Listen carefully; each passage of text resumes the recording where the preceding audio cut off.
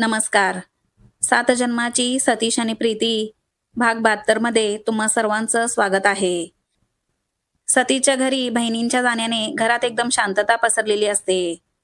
सकाळपासून जे घर गजबजलेलं होतं, तेच घर आता अचानक रिकामं सुन्न वाटायला लागलेलं असतं. हॉलमध्ये सगळेच उदास मनाने बसलेले होते.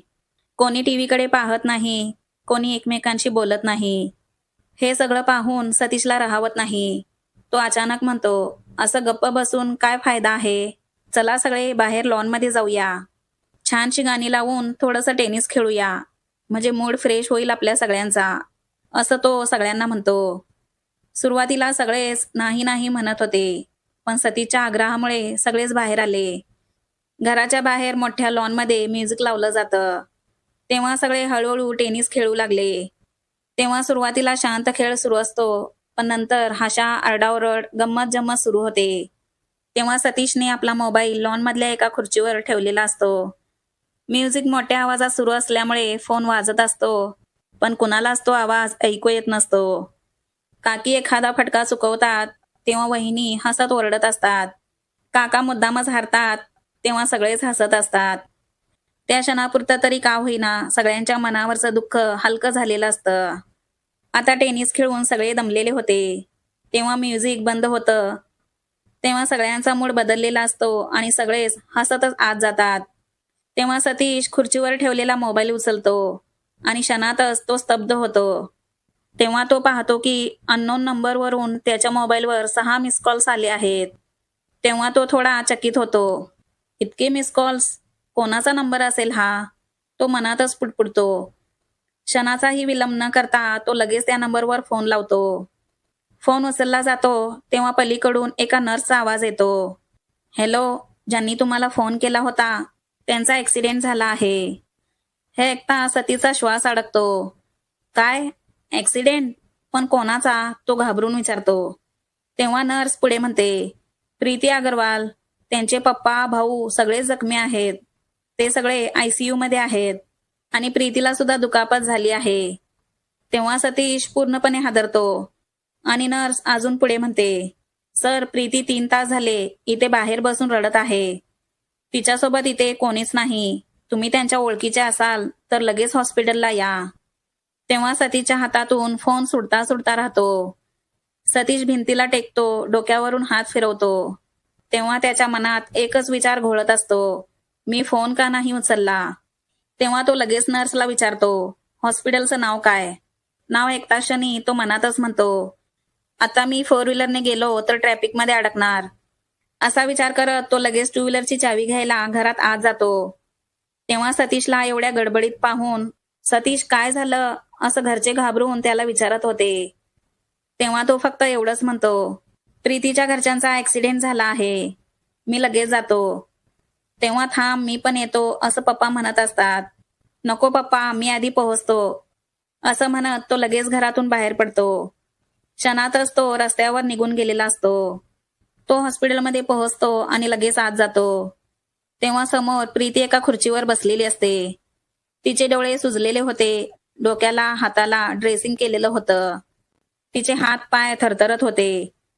तिची नजर सतीशवर पडते आणि क्षणाचाही विचार न करता ती उठून धावत येते. सतीश, असं म्हणतच ती त्याला घट्ट मिठी मारते.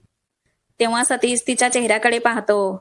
तिच्या कपाळावरची जखम, हातावरचं ड्रेसिंग पाहून त्याचं काळीज तुटत असतं. कुठे लागलंय प्रीती? खूप दुखतंय का? तू बरी आहेस ना? तो काळजीने विचारत असतो. तेव्हा प्रीती रडतच म्हणते, तू तू माझा फोन का उचलला नाही सतीश? मी तुला किती वेळा फोन करत होते. ती त्याच्या छातीत डोकं लपवून म्हणत असते, पप्पा, दादा सगळे ICU मध्ये आहेत. दादाला खूप लागलंय सतीश. पप्पांना पायाला गंभीर दुखापत झाली आहे. सतीश, मम्माला कुठे लागलं नव्हतं, पण हे सगळं बघून मम्माला चक्कर आली होती. असं प्रीती सतीशला सगळं सांगत असते. तेव्हा सतीश तिच्या डोक्यावरून हात फिरवत म्हणत असतो, शांत हो प्रीती, मी आलोय ना आता. भिवू नकोस, मी आहे. तो तिला थोडं दूर करून म्हणतो, आधी तू शांत हो. आपण सगळं मिळून बघूया. काळजी करू नकोस. तेव्हा प्रीती पुन्हा त्याला घट्ट मिठी मारून रडत असते. त्या क्षणी त्या हॉस्पिटलच्या गर्दीत, त्या गोंधळात फक्त ते दोघेच एकमेकांसाठी आधार बनलेले होते. सतीश आधी प्रीतीच्या मम्माला भेटायला जातो. मम्मा आता शुद्धीवर आलेल्या होत्या, पण त्यांच्या चेहऱ्यावर अजूनही थकवा आणि भीती स्पष्ट दिसत असते. डॉक्टर त्यांच्या शेजारी उभे राहून सांगत होते, बीपी थोडं कमी झालेलं आहे, जास्त बोलू नका, त्यांना इथेच थोडा आराम करू द्या. पण तेव्हा मम्मा प्रीतीला लगेच विचारत असते, प्रीती, पप्पा कुठे आहेत? आणि अनिकेत, तो कुठे आहे? तो बरा आहे का? तेव्हा प्रीतीचं काळीज भरून येतं. तिच्या डोळ्यात लगेच पाणी येतं. ती काही बोलणार तेवढ्या सतीश पुढे म्हणतो, आंटी, तुम्ही काहीच काळजी करू नका. अंकल आणि दादांवर उपचार सुरू आहेत. डॉक्टर त्यांच्यावर लक्ष देत आहेत. तुम्ही आधी स्वतःला सांभाळा, मी आहे. प्रीतीची मम्मा त्याच्याकडे पाहते. त्या नजरेत थोडीशी भीती, पण त्याहून जास्त विश्वास असतो. तोपर्यंत बाहेर पोलीस अपघाताच्या चौकशीसाठी आले होते. तेव्हा प्रीती आधीच खूप घाबरलेली असते. ती लगेच सतीशकडे पाहते. तेव्हा सतीश शांतपणे म्हणतो, प्रीती, तू काही बोलू नकोस, मी आहे ना, मी सगळं सांभाळतो. तेव्हा तो पोलिसांकडे जातो आणि कसा अपघात झाला, कुठे झाला, कोण गाडीत होतं, कंटेनर कसा आला, अशा सगळ्या प्रश्नांची उत्तरं तो स्पष्टपणे देतो. एकही गोष्ट तो लपवत नाही. पूर्ण चौकशी तो स्वतः पूर्ण करतो.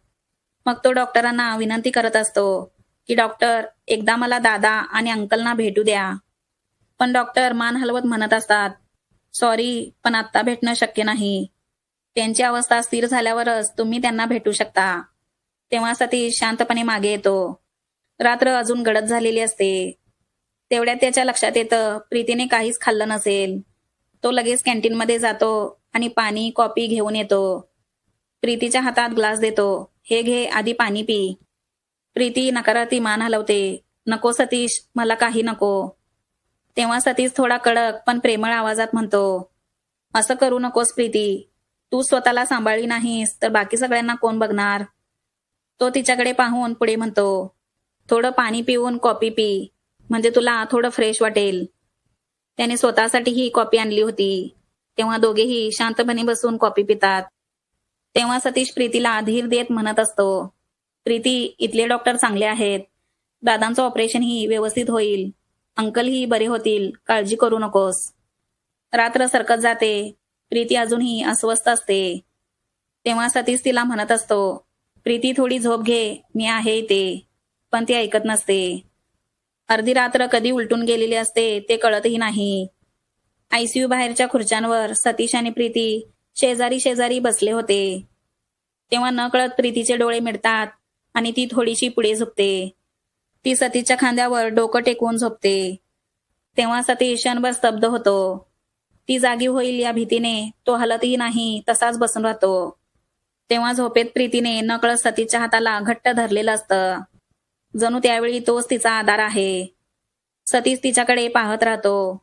त्या घायाळ नजरेत काळजी असते, भीती असते आणि शब्दात न मावणारी आपुलकीही असते. झोपेत प्रीतीचे केस डोळ्यावर आले. तेव्हा सतीश सावधपणे तिचे केस बाजूला करतो. तो स्पर्श इतका जपून केलेला असतो की तिची झोपही तुटू नये. तो तसाच बसून राहतो. तेव्हा वेळ थांबली आहे असं त्याला वाटत असतं. आणि त्या शांत हळुवार क्षणात हळूहळू बाहेर उजेड वाढू लागतो. हळूहळू प्रीतीच्या डोळ्यांची पापणी हलते आणि ती जागी होते. क्षणभर तिला कळतच नाही ती कुठे आहे. मग तिला जाणवतं ती सतीशच्या खांद्यावर डोकं टेकवून झोपलेली आहे आणि तिच्या हाताला तिने घट्ट धरलेला आहे. ती एकदम सावरते आणि घाईघाईने सरळ बसते. सॉरी सतीश, ती थोडीशी गोंधळत म्हणते. सतीश तिच्याकडे पाहतो. हलकेच हसत म्हणतो, काही हरकत नाही प्रीती, तू थकलेली होतीस. त्या क्षणी दोघांमध्ये क्षणभर शांतता पसरते. तेवढ्यात एक नर्स जवळ येते. ती प्रीतीकडे पाहून म्हणते, मॅडम, तुमची मम्मा आता बऱ्यापैकी ठीक आहे. त्यांचा बीपी आता नॉर्मल आहे. तुम्ही त्यांना भेटू शकता. तेव्हा प्रीतीच्या चेहऱ्यावर पहिल्यांदाच थोडासा दिलासा दिसतो. ती लगेच सतीशकडे पाहते.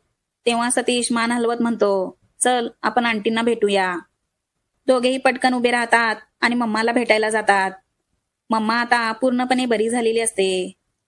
तेव्हा मम्मा प्रीतीला म्हणते, चल आधी, मला पप्पांना आणि अनिकेतला भेटायचं आहे. तेव्हा सतीश त्यांना अनिकेतकडे घेऊन जातो. अनिकेत शुद्धीवर आलेला असतो, पण त्याच्या डोक्याचं ऑपरेशन अजून व्हायचं असतं. तेव्हा मम्मा आणि प्रीती अनिकेतला बघून रडत असतात.